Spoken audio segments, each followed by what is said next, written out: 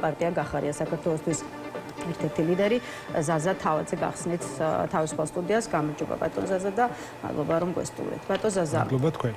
თქვენ კიდევ ერთი სტატუსი გაქვთ ვაკის ოლქში, თქვენივე პარტიის მაჟორიტარი დეპუტატობის კანდიდატი ხართ და თვითმმართველობის არჩევნებს ჩვენ დღევანდელ გადაცემაში აუცილებლად დაუთმობთ დროს, თუმცა მოდით დავიწყოთ აი მიხეილ ყაველაშვილის გზავნილებით, რომელიც ცოტა ხნის წინ მოვისმინეთ გაეროს ტრიბუნიდან. ყაველაშვილი ფაქტობრივად არ შეხებია საქართველოში პოლიტიკური თვალსაზრისით შექმნილ სიტუაციას, არ უხსენებია deep state-ი, თუმცა ისაუბრა მშვიდობის მნიშვნელობაზე, ისე როგორც ასეთი მესიჯით მიმართა საერთაშორისო პარტნიორებს. ღია ვართ ნებისმიერი დიალოგისა და თანამშრომლობისთვის, მაგრამ ვითხოვთ სამართლიან და ღირსეულ დამოკიდებულებას. ის, რაცაც ქართველი ხალხი არ შეეგუება, არის ულტიმატუმების, დაშინების და შანტაჟის ენის საუბარი. ეს იყო, ასე ვთქვათ, ყველაზე მკაცრი გზავნილი მისი განცხადებიდან, მისი გამოსვლიდან, თუ კი რა თქმა უნდა, ამ მესიჯსაც შეგვიძლია კაცრი დავარქვათ. აი რა სიტყვით, რა მოგეწონათ და რა არ მოგეწონათ, რა აქცენტებით დასვა სწორად და რა აქცენტებს დაუწუნებდით და როგორ ფიქრობთ, ვინ იყო მისი თვის მთავარი ადრესატი, როდესაც საქართველოსადმი სამართლიანი დამოკიდებულების მნიშვნელობაზე საუბრობდა ევროპა, ამერიკა თუ ორივე ერთად.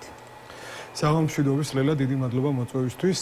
რაც შეეხება ბატონ ყაველაშვილს, ეგრეთ წოდებულ პრეზიდენტს, რომელსაც საქართველოს მოსახლეობის უმრავლესობა არ აღიარებს, მას როგორც საზოგადოების დიდი ნაწილი აგვირდებოდა, ალბათ ყველაზე დიდი ამოცანა ჰქონდა ის, რომ როგორმე რაღაც ფოტო მაინც გადაეღო იმ ძირთად მოთამაშეებთან, რომლებიც ესე ტრადიციულად წარმოდგენილი არიან ხოლმე გაეროს ამ ღონისძიებაზე.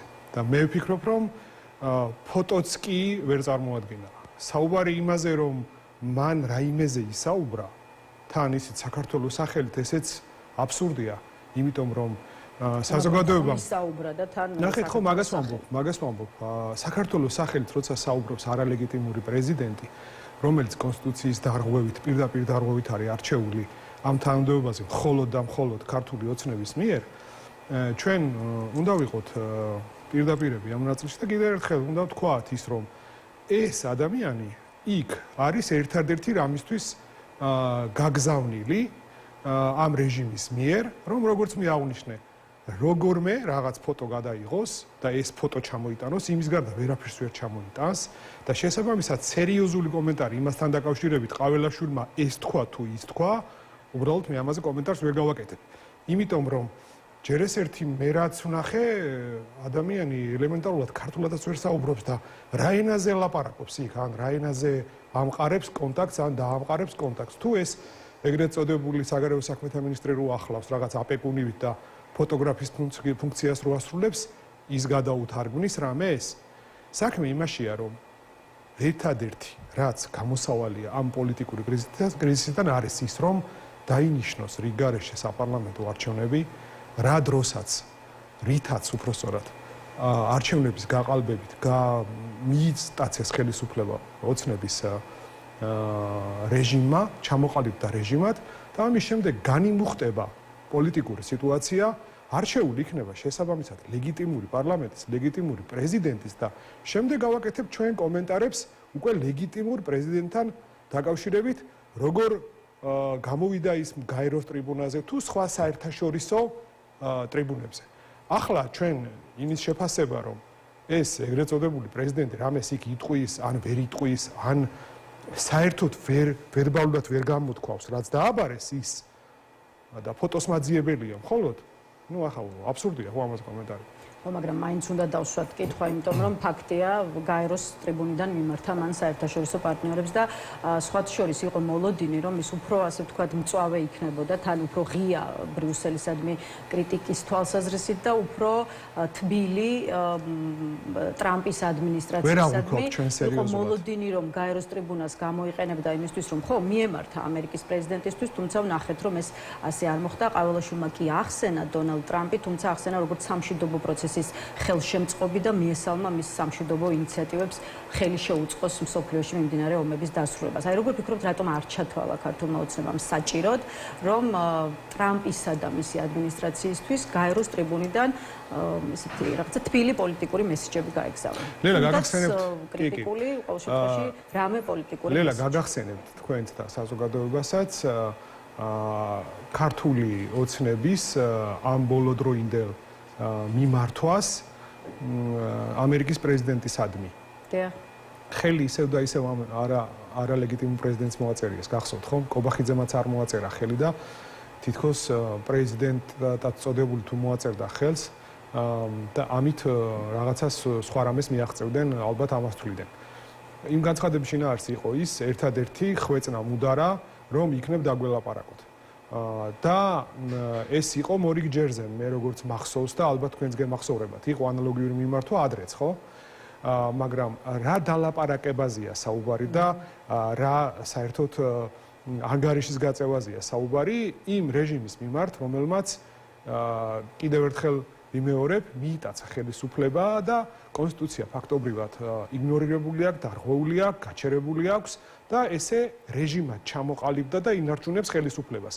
როგორ შეიძლება მათ დაელაპარაკოს ვინმე მათ შორის დემოკრატიის თავარი ფლაგმანი მსოფლიოში ამერიკის შეერთებული შტატები.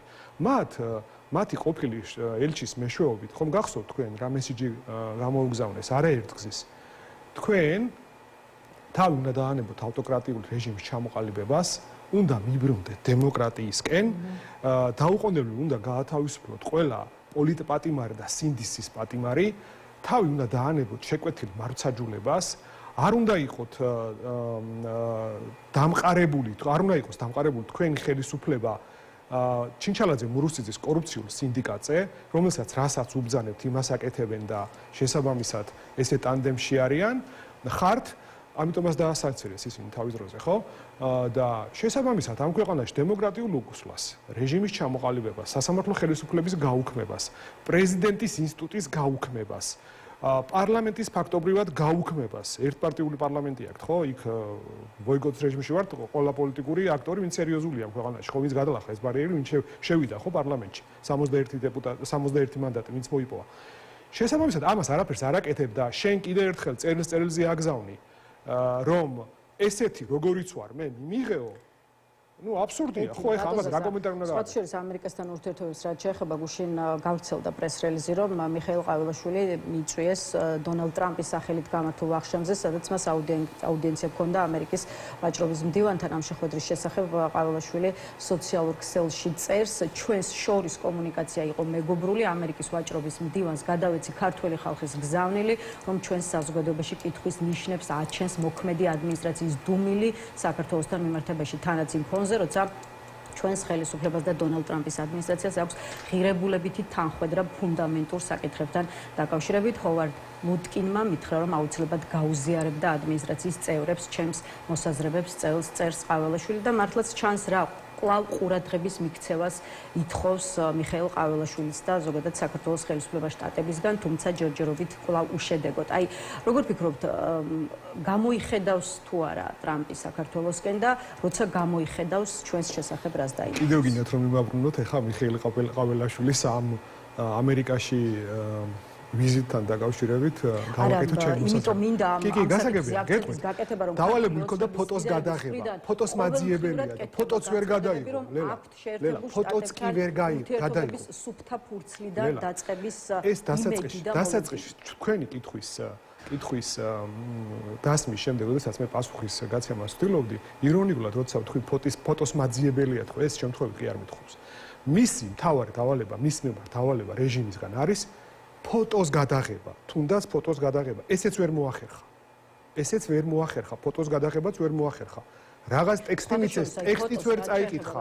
შალვა პაპუაშვილმა გააკეთა დღეს განცხადება, რომ მიხეილ ყაველაშვილს ჰქონდა შესაძლებლობა გასაუბრებოდა დონალდ ტრამპს, თუმცა ეს აუდიენცია შედგა იმ სივრცეში, სადაც მედიისთვის არ არის გადაღება ნებადართული. ხო და ფოტოც ვერ ჩამოიტანა. ფოტოსაც ვერ ჩამოიტანა. ამას ვამბობ. და ეს პაპუაშვილი კიდე ერთი კლოუნი. პაპუაშვილი კიდე ერთი კლოუნი, რომელსაც თავისი არაფერი არ აქვს. აბსოლუტურად არაფერი არ აქვს. უბრალოდ არის ოცნების რეჟიმის ერთ-ერთი მესიჯ გამახმოვანებელი, რომელიც არანაირ სიმბინძურეს არ ერიდება და ეს ის ადამიანია, რომელსაც ჰექტრობით ტყეები აქვს მიტაცებული კახეთში და აქეთ გამოდის მერე და ის კობახიძე, კალაძის კორუფციულ სინდიკატს რომელმაც საბოლოოდ დაამარცხეს ღარიბაშვილის კლანი და ახლა მისი კორუფციული სქემები გადაბარების პროცესში არიან, ამას მოყვა ზუსტად ის რიჟვაძის სისხლის ღურაც. გამოდის ახლა პაპუაშვილი და ამ კალაძე კალაძე კობახიძის ამ კორუფციულ დაჯგუფებას აქებს, იმიტომ რომ მე მაგას არ მოკითხონ ის ველმინდვრები კახეთში, რომელიც მიტაცებული აქვს უკანონოდ. სხვას კი არაფერს დავებოდნენ, მათ შორის ღარიბაშვილს ბაკურიანის ტყევები რომ მიიზომა და მიიწება და გადასცა თავის ოჯახს 59 წლიანი იჯარით. მადლობა უნდა უთხრათ, რომ არ მიყიდეს. არ მიყიდეს ხო და კორუფციასთან ბრძოლობენ ილუზორულად.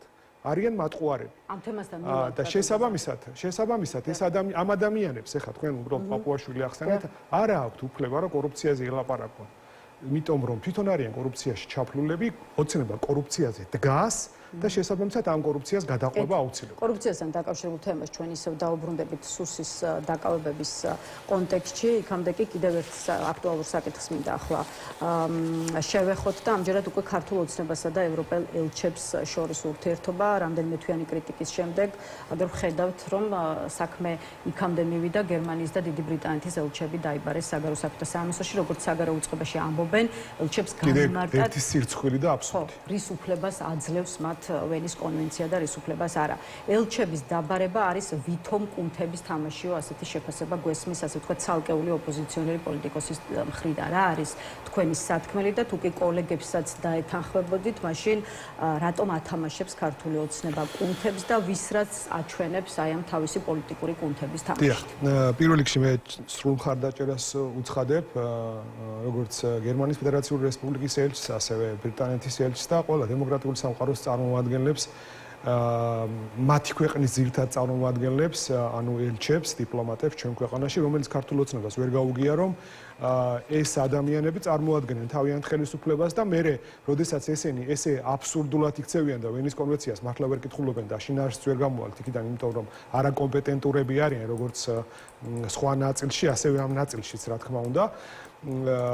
შესაბამისად, მერე გამოდიან და ისეთ აბსურდულ განცხადებებს აკეთებენ, რომ მერე უშუალოდ უკვე მაგალითად როგორც გერმანიის ფედერაციული რესპუბლიკას, ასევე ცალკეულ უკვე ქვეყნის მთავრობებს უწევთ განმარტებების გაკეთება და მხარდამჭერი განცხადებების მიძღვნა თავიანთი ელჩებისთვის, რაც 2x2 ეხლა თქვენ ხო წარმოგიდგენიათ, უცხო ქვეყნის სახელმწიფოების ელჩები წარმოადგენენ კონკრეტულად იმ სახელმწიფოებს და ესენი კონკრეტულად ელჩს რაღაც პირადში გადააქვთ და თითქოს უნდათ პირადში გადაუტანონ და ამ ელჩებს რაღაც პირად ურთიერთობებში უნდათ რომ რაღაც ეს ქვეყნის ურთიერთობები აქ დაახურდაონ და ნუ ეხლა ეს ხო აბსურდია, ეს კიდე ერთხელ მეტყველებს მათ უმეცრებაზე, მათ არაკომპეტენტურობაზე, მათ სითანხმედეზე იმავდროულად, იმიტომ რომ როდესაც შენ გერმანიის ფედერაციული რესპუბლიკის ელჩს იბარებ უბრალოდ იმისათვის რომ ის ამბობს პრეუდიციულ ფაქტს, ანუ საყოველთაო ცნობილ აქტს, რომ 2024 წლის 28 ნოემბრიდან, როდესაც ეგრეთ წოდებული პრემიერი გამოდის და ამბობს, რომ ჩვენ ევროინტეგრაციის პროცესს ვაჩერებთ და იმავდროულად ვარღვევთ რა საქართველოს კონსტიტუციის 78 მუხლს და ამის მერე რომ გერმანიის ელჩი იქნება ეს საფრანგეთის, ბრიტანეთის თუ სხვა დემოკრატიული სამყაროს წარმომადგენლების ელჩები და ისინი იტყვიან, რომ საქართველოს ეს მოქმედი ხელისუფლება, ეგრეთ წოდებული ხელისუფლება უხვევს ევროინტეგრაციის გზას და ბლოკავს ამას და ამის გულისთვის შენ იბარებ ეს ხო აბსურდია. მაგრამ ბატონზა ეს არ არის მთლად ის ბრალდება, რომელიც ევროკავშირის ელჩების მისამართით ისმის.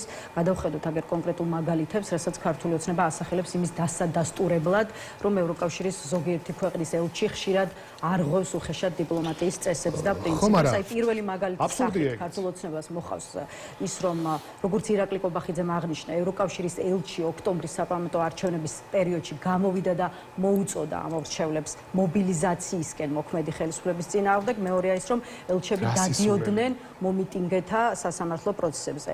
მაინც მინდა გკითხოთ, აი სისულელეს კი უწოდებთ, მაგრამ მაინც გავს თუ არა ევროკავშირის, გერმანიის, ბრიტანეთის კონკრეტული ელჩების, ასე ვთქვათ, საქმიანობა და პოზიციონირება, მაინც უფრო პოლიტიკოსის საქმიანობას და პოზიციონირებას ვიდრე ელჩის და ხო, ხედავთ თუ ვერ ხედავთ, ასე ვთქვათ, მათ გასვლას დიპლომატიური ჩარჩოებიდან.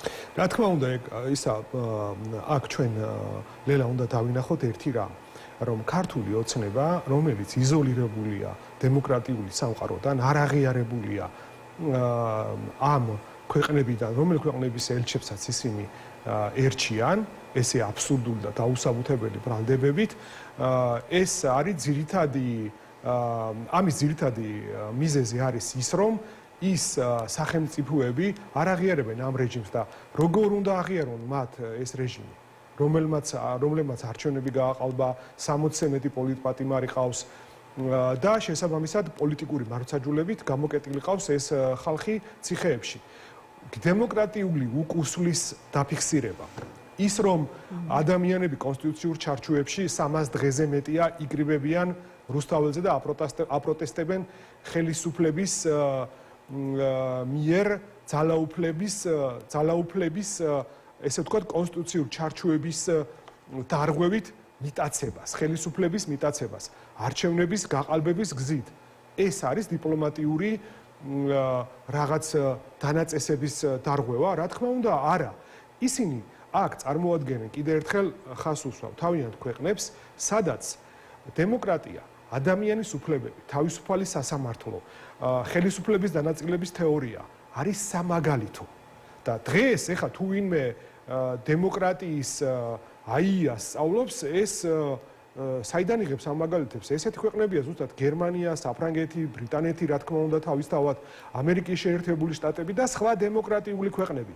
ასე რომ მათ ძალიან კარგად იციან რა ხდება მათ ქვეყნებში და რომელ ქვეყნებს წარმოადგენენ აქ და თუ ჩვენი მოსახლეობის 85% ევროინტეგრაციის მომხრია და ევროინტეგრაციისკენ ისწრაფვის და ამ დროს ეს მცირე 20-25 კორუმპირებული რეჟიმის წარმომადგენელი, რომელსაც მიტაცებულია ყველაფერი აბსოლუტურად რესურსებით დაწყებული, ხელისუფლების ჩათვლით დამთავრებული, რა თქმა უნდა, ისინი ვერ იქნებიან ლოიალურები. თუ ისინი იქნებიან ლოიალურები, მაშინ ამით დაარღვევენ ისინი დემოკრატიულ პრინციპებსაც, ვენის კონვენციასაც და საერთოდ მიუკერძოებლობას დიპლომატიის ნაწილში. ერთი კითხვა კიდევ რაც შეეხება ელჩების დაბარებას და მე უკვე არჩევნებზე წმინდა ვისაუბროთ, ცოტა ხნის წინ გავრცელდა ინფორმაცია მთავრობის ადმინისტრაციის მიერ, რომ აი გერმანიის ელჩი მთავრობის ადმინისტრაციაშიც იმყოფებოდა თურმე, ამჯერად მას მთავრობის ადმინისტრაციის უფროსი ლევან ჟორჟოლიანი შეხვდა და როგორც ინფორმაცია შეენათქვა, აღინიშნა, რომ მთავრობა არ არის კმაყოფილი ორ ქვეყანას შორის ურთიერთობების დინამიკით და გამოითქვა იმედი, რომ ეს ვითარება შეიცვლება. აი ორმაგი საყვედური რა საჭირო იყო თქვენი აზრით და ხო აი რატომ ჩაითვალა, როგორ ფიქრობთ, საჭიროდ რომ საგარეო უწყებაში დაბარების შემდეგ გერმანიის ელჩი მთავრობის ადმინისტრაციაშიც უნდა გამოეძახებინათ? ლელა, არ არის აღიარებული არც ეგრეთ წოდებული საგარეო საქმეთა მინისტრი, არც მთავრობის არც ერთ წარმომადგენელი, იმიტომ რომ იცით თქვენ ეს მიზეზი რაც არის. ამიტომ ეთყობა საგარეო საქმეთა სამინისტროში დაბარების, ამ ეგრეთ წოდებული დაბარების შემდეგ არ დაკმაყოფილდა ოცნების რეჟიმი ამით და ეს ყველაფერი გაგრძელდა მერე მთავრობის ადმინისტრაციაში. რაც კიდევ ერთხელ ვამბობ მე და ვადასტურებ, რომ როგორც გერმანიის მხარე ამას აღიქვავს, ეს არის არამეგობრული, არადიპლომატიური ნაბიჯი იმ ქვეყნის მიმართ, რომელიც ბოლო 30 წლის განმავლობაში არაერთ პროექტს ახორციელებს ქართველი ხალხის მხარდასაჭერად. და მათ შორის ძირითადი, აი მაგალითად GIZ-ი რო ავიღოთ ჩვენ, იგივე სხვადასხვა არასამთავრობო ორგანიზაციები გერმანული და მათ შორის სახელმწიფო დაფინანსებები მოდიოდა ძირითადად მთავრობაზე. ეს არ მოდიოდა კერძო სექტორში, ეხლა თუ ვინმე იტყვის, რომ მაგალითად კერძო სექტორი და არასამთავრობო ორგანიზაციები ფინანსდებოდა. არა, იგივე სასამართლო სისტემა, სადაც მე ვიყავი ერთ-ერთ სასამართლო შტოს ხელმძღვანელი, იუსტიციის სამინისტრო, სოფლის მეურნეობის სამინისტრო, აი მილიარდებია დახარჯული გერმანიის მიერ იმისათვის, რომ აქ როგორც დემოკრატია, ასევე სოფლის მეურნეობა და ქართული ეკონომიკა განვითარებულიყო და არაერთი სტუდენტი ყავთ გაზრდილი კიდევ იქ მათ შორის ჩემი ჩათვლით გერმანიაში და იგივე კოფახიძე, იგივე პაპუაშვილი თქვენს მიერ ნახსენები. ამათ ყველას გერმანიაში აქვს განათლება მიღებული და გერმანიის სიკეთეებით აქვთ მერე ხელი მოთმობილი კაი გაგებით და პაპუაშვილს რაც შეეხება 10 წელი იყო მე მგონი GIZ-ის წარმომადგენელი თუ არ ვთქვი საქართველოში და ეს ადამიანი გამოდის და ბედავს რომ გერმანიის ელჩთან ესეთი დამოკიდებულება ჰქონდეს მაგრამ ეს მისი პირადი გადაწყვეტილება კი არ არის. ის არის ჩვეულებრივი ერთ-ერთი მარიონეტი თოგის-თოჯინა, რასაც ჩაძახებენ რეჟიმის წარმომადგენლები, იმას აკეთებს ეგეც. ბატონზაზა, დრო მინდა სწორად გავანაწილოთ, ამიტომ გადავიდეთ მოდით ახლა უკვე ადგილობრივი თვითმმართველობის არჩევნებზე, მით უფრო რომ ამასობაში მოახლოვდა კიდეც 4 ოქტომბერი, ერთი კვირაც და ყველა დავინახავთ, ასე ვთქვათ, რა იყო ამ არჩევნებში გახარიას პარტიის თუ ლელოს მაქსიმუმი, ფაქტობრივად მიიწურა საარჩევნო კამპანია, შესაბამისად გითხარით, როგორი განწყობები გაქვთ არჩევნებამდე ერთი კვირით ადრე და ისეთი ოპტიმისტურია თუ არა თქვენი მოლოდინები, როგორი ოპტიმისტებიც იყავით იმ პერიოდში, როცა იღებდით არჩევნებში შესვლის გადაწყვეტილებას. ისეთი ოპტიმისტები ხართ თუ ცოტა მაინც ღელავთ? მეცაც გეტყვით. იმის გათვალისწინებით, რომ ლელა ჩვენ ორი ცეცხლშუა ვართ, გულისხმობ იმას, რომ ერთი რომ ოცნების რეჟიმი ყველაფერს აკეთებს იმისათვის, რომ ჩვენი პოლიტიკური პარტიის როგორც წარმომადგენლები თავის დროზე ცალკეულ მუნიციპალიტეტებში მოსყიდვა, გადაბირება, დაშინების სახით, ასევე კოალიცია ლელოს წარმომადგენლების მათზე განხორციელებული იგივე ეს ქმედებები, გარდა მაგისა, ეგრეთ წოდებული ბოიკოტისტები თავიანთ ამორჩევლებს ნაცვლად იმისა, რომ გავიგეთ რომ შენ არ იღებ არჩევნებში მონაწილეობას, მაგრამ ოცნების წისქვილზე წყლის დასხმა, ოცნების თამაშის განხორციელება, ეს ნებსით თუ უნებლიეთ, გინდათ ირიბად და გინდათ პირდაპირ, როდესაც შენ ამორჩეველს არ აძლევ საშუალებას და ფსიქოლოგიურ ზეწოლას ახორციელებ მასზე მიიღოს მონაწილეობა არჩევნებში და ძალიან მარტივი ფორმულაა. ეხლა ყველაფერს თავი დავანებოთ და დიდ წიაღისეულებში არ წავიდეთ, რომ ყოველი ოპოზიციურად განწყობილი ამორჩევლის არ მისვლა დღეს უბრალოდ 4 ოქტომბერს არჩევნებზე ეს ნიშნავს ქართული ოცნებისთვის ხელის შეწყობას. ახლა თქვენ ამას გინდა ესე დაარქვით, ეს არის პირდაპირ მოცემულობა. ამიტომ ჩვენ გქონდა იმედი რომ იმ ორ ოპოზიციურ ძალას, რომელიც ფაქტობრივად ჩვენ დაგვიპირისპირდა ნაცვლად ოცნებისა, აი ბოლოს მაინც ეყოფოდათ რაღაც გონიერება და თავიანთი ამორჩეველი, რომელიც მათ ხმამისცა თავის დროზე ბოლო არჩევნებზე იყო თუ იმის წინა არჩევნებზე, იმ ადამიანებს არ დააბრკოლებდა, რომ მათ თავიანთი კონსტიტუციური ვალდებულება თუ უფლება შეესრულებინათ. ამის ნათელი მაგალითია დავასრულებ პარტიები ბატონზაზა არასაარჩევნო უბნებზე მისვლისკენ მოუწოდებენ საკუთარ ამორჩევლებს, არამედ 4-ში რუსთაველის გამზირზე გასვლას ურჩევენ. რამდენად კარგად ან რამდენად ცუდად არის გახარიას პარტიის და ლელოს საქმე თვითმმართველობაზე? მე გეტყვით, როგორც თქვენი კითხვაზე პასუხის დასაწყისში აღნიშნე, რომ მე ბოლო 1 თვეა, როგორც ზემოვაკის მაჟორიტარობის კანდიდატი, ჩემს სამაჟორიტარო ტერიტორიაზე ინტენსიურად ხვდები ადამიანებს. აი პირდაპირ გეტყვით გულახდილად 10 ადამიანიდან 19-ის არჩევნებზე. 10 ადამიანიდან ჩემ და გასაკვირად.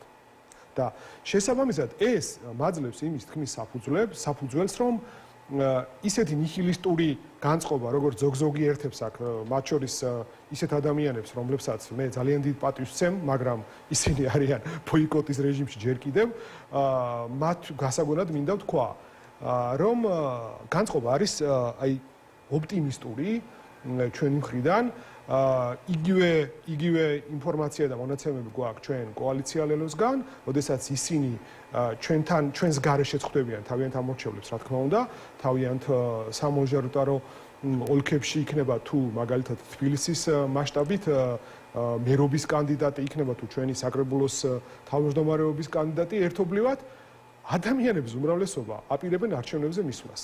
ასე რომ ქართული ოცნების საქმე არ არის თლად ისე კარგად, როგორც მათ წარმოუდგენიათ და ნუ ჩავარდებიან ის ადამიანები, რომლებსაც მე კიდევ ერთხელ ვამბობ, რომ პატივს ვცემ მათ მოსაზრებას, რომ ისინი არიან ბოიკოტის რეჟიმში, ესე ვთქვათ, ბოიკოტის მხარეს არიან, ნუ ჩავარდებიან ისეთ მდგომარეობაში, რომ მერე უკვე 5 ოქტომბერს რომ შეხედავენ სიტუაციას, ინანონ, იმიტომ რომ ორჯერ 2-4-ია ის რომ თუ არ მიხვალთ არჩევნებზე ხალხო ვინც ოპოზიციურად განწყობილი პროევროპული მოსახლეობა ხართ და არჩევნებისში მონაწილეობის უფლება გაქვთ, ეს ჩათვალეთ, რომ ოცნების წისქვილზე ასხავს პირდაპირ წყალს. ადოზაზა, მერობის კანდიდატებზეც მინდა დაგისვათ ერთი კითხვა, იმიტომ რომ თქვენ ქართული ოცნების მხრიდან მათი დაშანტაჟების მცდელობა ახსენეთ, ხო?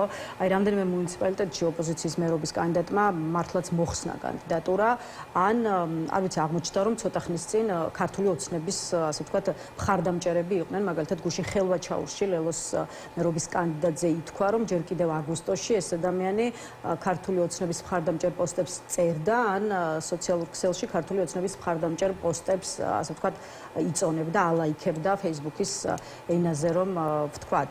შესაბამისად, თქვენ კი აბრალებთ ქართულ ოცნებას, რომ რაღაცა ზეწოლის შედეგი იყო, ასე ვთქვათ, ამათი კანდიდატის გაწყვეტილება, თუმცა მე მინდა გკითხოთ თვითონ თქვენ პარტიებმა, გიორგი გახარიას პარტიამ, ლელომ, რამდენად სწორად შეარჩიეთ კანდიდატები. შესაბამისად, კიდევ ერთ კითხვას დაგისვამთ ამ კონტექსტში, გაქვთ თუ არა საკადრო, ესე ვთქვათ, რესურსის პრობლემა და აი ეს კანდიდატების წასვლა-მოსვლამ აჩვენა თუ არა და გამოკვეთა თუ არა თქვენს პარტიებში არსებული სწორედ ეს პრობლემა. ლელა, იმ პროცესში, რასაც კანდიდატების შერჩევა ქვია და კანდიდატების ამა თუ იმ ოლქში იქნება ეს თუ მაგალითად მუნიციპალიტეტებში მერობის კანდიდატები იქნება მათი მოძიება და დაყენება, ეს არ არის მარტივი პროცესი და შესაბამისად იმ სიტუაციაში, როდესაც ქვეყანაში რეჟიმი მძინვარებს, როდესაც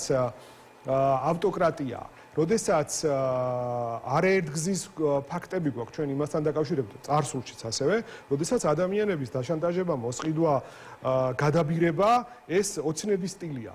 მაგალითად მე გახსენებთ ერთ-ერთი ბოლო ბრიფინგი მქონდა ახმეტის მუნიციპალიტეტს ეხება ბატონი მარგოშვილი, რომელიც ვაშკაცი ადამიანი, გაბედული ადამიანი, რომელიც არ შეუშინდა არანაირ ზეწოლას, რომელიც არ შეუშინდა არანაირ შანტაჟს, მოსყიდვაზე ზედმეტი იყო ლაპარაკი, პირდაპირ დაწერა განცხადება და შეიტანა პროკურატურაში, სადაც პირდაპირ ადებს ხელს როგორც ოცნების პარლამენტარს, მოქმედ პარლამენტარს, ასევე მოქმედ გუბერნატორს და ასევე მერობის კანდიდატს ახმეტის. და უკვე თითქმის ერთი კვირა გავიდა და პროკურატურიდან ჩვენ როგორც გვაქვს ინფორმაცია დღის მდგომარეობით, არანაირი შეხმიანება არ მოხდა რა მარგოშვილის მიმართ. რომ ის გამოეკითხათ, არის თუ არა, ქონდა თუ არა ამ ფაქტს ნამდვილად ადგილი და ეს ძალიან მძიმე დანაშაულია. წარმოგიდგენია თქვენ ახლა გუბერნატორი, მოქმედი მერი და ასევე ოცნების პარლამენტის წევრი ყველა ერთად ახორციელებდნენ შანტაჟს და ზეწოლას ჩვენს კანდიდატზე, ჩვენი პარტიის კანდიდატზე და საბოლოოდ დასრულდა ეს იცით?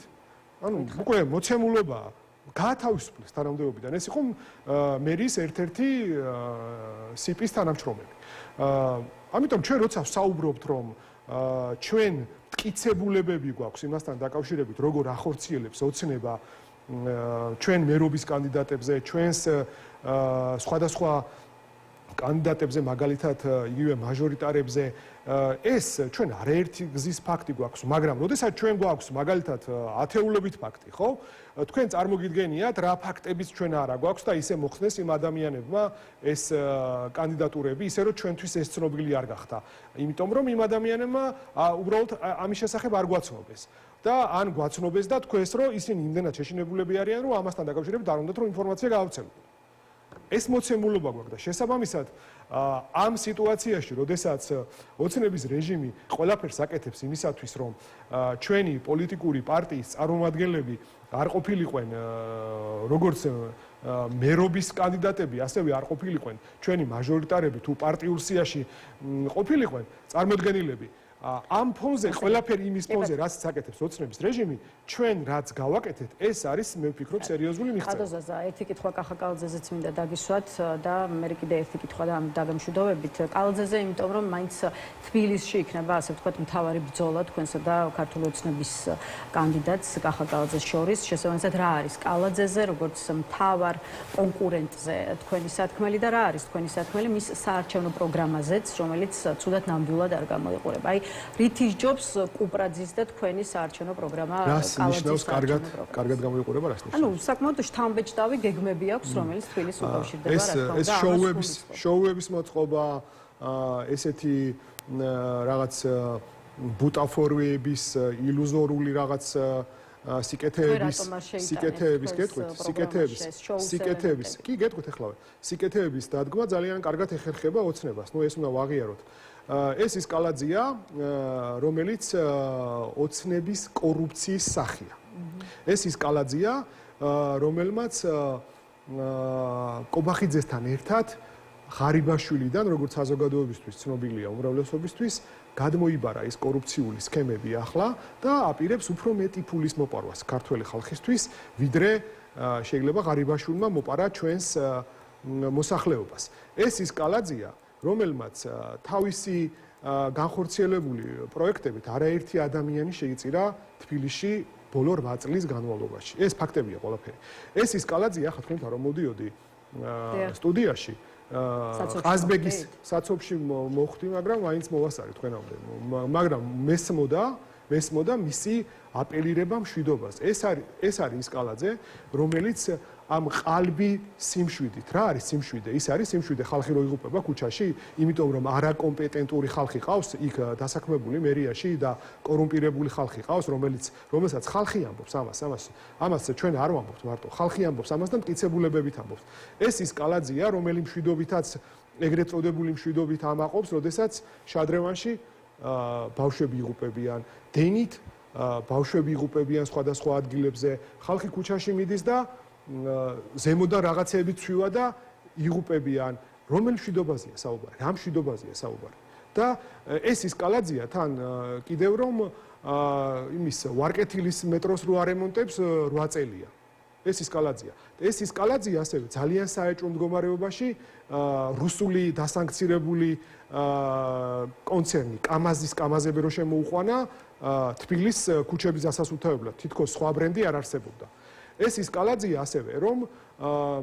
ევროკავშირის ფულით აპირებდა რუსული მეტროს ვაგონების შესყიდვას ეს ყველაფერი ჩემ თვალწინ ხდებოდა მე როცა საკრებულოს წევრი ვიყავი ეს ის კალაძია ასევე როდესაც ჩვენ 2021 წელს გავხდით საკრებულოს წევრები მე და ჩემი კოლეგები თბილისის საკრებულოში პირველი ხომას დავაყენეთ შეგვექმნა ანტიკორუფციული კომისია ვინაიდან სხვა არაფერი არ ეკერა ხალხს პირზე რომ კალაძის კორუფცია და ეს რო ესე მარტო ლაპარაკი არ ყოფილიყო ჩვენ თქვით ეს რაღაცა მივმართეთ კალაძის გუნდს საკრებულოში მოდი შევქმნათ დროებითი ანტიკორუფციული კომისია საკრებულოში და თუ თქვენ ნამდვილად კორუფციაში არ ხართ ჩართული მოდი ამ კომისიამ თქვას ეს რამდენჯერ დავაყენეთ იცი ეს ინიციატივა მე რაც მახსოვს 1-3-4 და შესაბამისად არ შეიქმნა და ეს რაზე მეტყველებს კვირების განმავლობაში ქართულმა ოცნებამ მოუშვებთ რომ შეიძლება გამოძება კახა კალაძეს მივიდა ეს არის ნახეთ ეს ეგრეთ წოდებული ხელისუფლების მიერ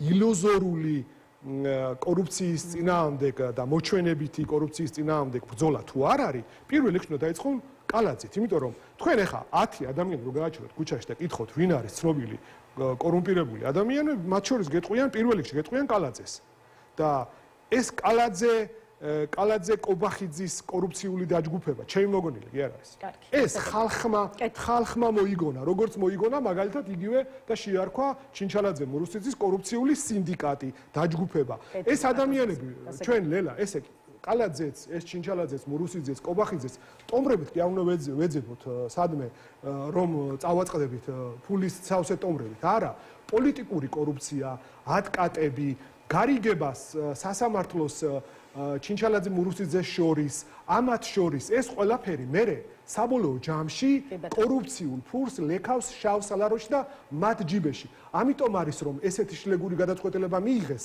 და მიიტაცეს ხელისუფლება 2024 წელს რომ შეინარჩუნონ ეს ფული.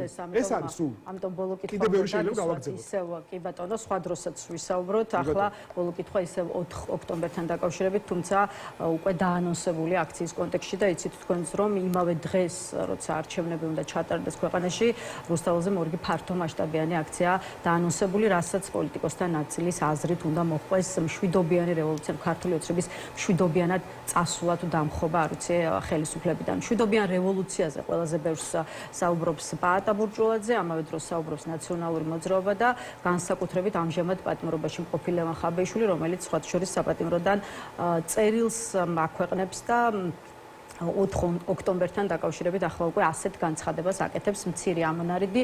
4 ოქტომბერი არის ახალი ათვლის წერტილი ივანიშვილის მწამებელ ბანდასთან ერთად დასრულდება პოლიტიკური ვაჭრუკანების ოპოზიციაში დასაქმებულების ლაისტების ეპოქა. აი რას ფიქრობთ 4 ოქტომბრის მშვიდობიანი რევოლუციის პერსპექტივაზე? ამაზე ჩვენ გვისაუბრია თუმცა კიდევ ერთხელ და ხომ არ ფიქრობთ რომ აი ამ პოლიტიკურ ვაჭრუკანებში და ლაისტებში თქვენს პარტიასაც გულისხმობს ხაბეიშვილი ლელოსთან ერთად? მე ვფიქრობ რომ ამაზე სერიოზულ კომენტარს ვერ გავაკეთებ. ოცნების რეჟიმის ხელშეწყობას ვინ ახორციელებს და როგორ ახორციელებს ამას ხალხი ხედავს ძალიან კარგად. ჩვენ რას ვაკეთებთ და რა ბრძოლაშიც ვართ, ამასაც ძალიან კარგად ხედავს ხალხი და შეაფასებს 4 ოქტომბერს. ჩვენ ვემიჯნებით ნებისმიერ რადიკალურ სცენარს. მით უმეტეს ჩვენ ვემიჯნებით ისეთ არასერიოზულ განცხადებებს, რომელიც რაღაც დედლაინებს აწესებს, რაღაც ვადებს აწესებს. საერთოდ ნებისმიერ რევოლუცია ეს არის ხალხში არსებული იმ მიუღებლობის, იმ პროტესტის კულმინაცია, რაც ჩვენ ვიხილეთ 2003 წელს.